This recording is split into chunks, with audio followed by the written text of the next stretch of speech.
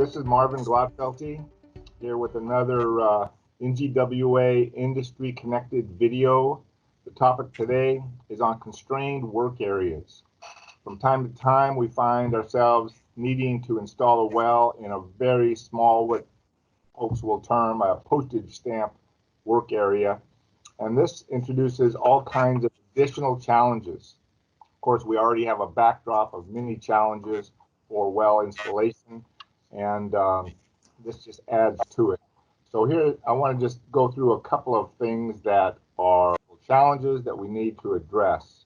There needs to be a balance when we're in a small area. One is, of course, health and safety. We need to work safely, and that just makes everything a little more dangerous.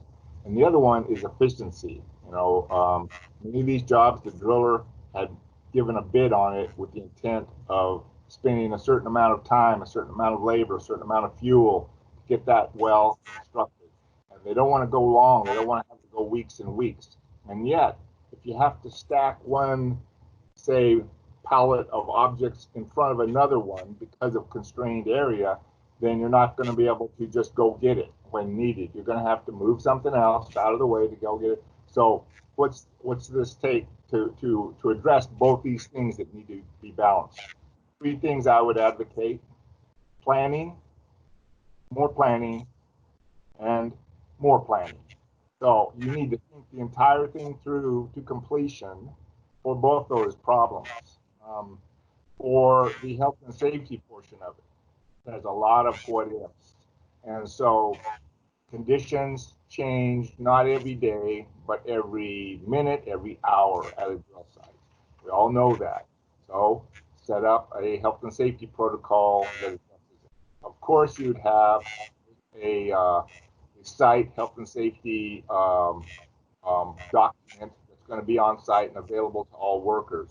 But in addition to that, you're going to have tailgate meetings every time the conditions have changed. If you're switching from one, let's say you're switching from well construction to well development or something like that, you've got a change of task, change of setup, different things in the derrick, different equipment at different locations.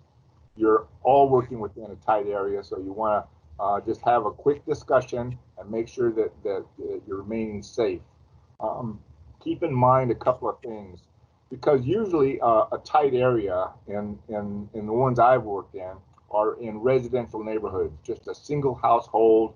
Some developer donated that to a municipality, and it's undersized, but they took it and they want to put a well there. So there you are, and you have these 24-foot sound walls all around you because you have occupied residences all around you and cranky people, and maybe a power line or even a fiber optics cable buried underground or something like that. You have all kinds of utilities that may be above ground, they may be below ground.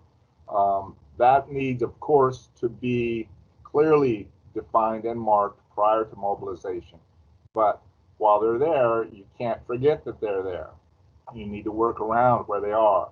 You can't suddenly decide that you're going to make a little excavation over here for some purpose where that's got buried utilities.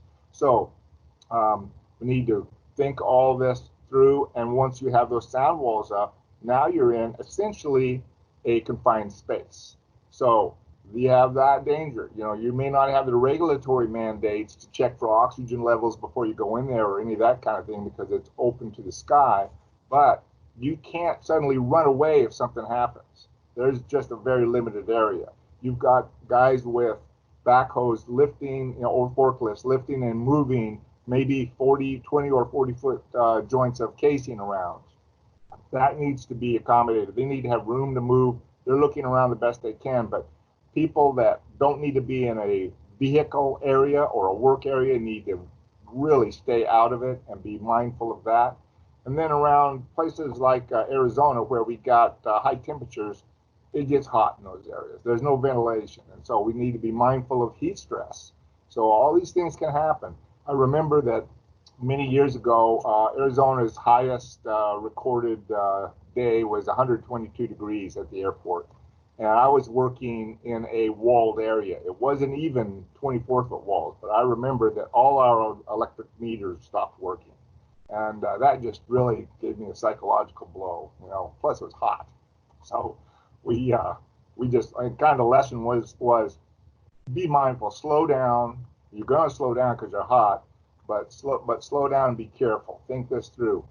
Everything you do has to be a slower step, and go a couple of steps back. When the driller bids that, they need to be bidding with that in mind. If they think they can do it the same as the last 5 jobs when it's a constrained site, they're being foolish. It's not going to happen like that. It's going to cost more money.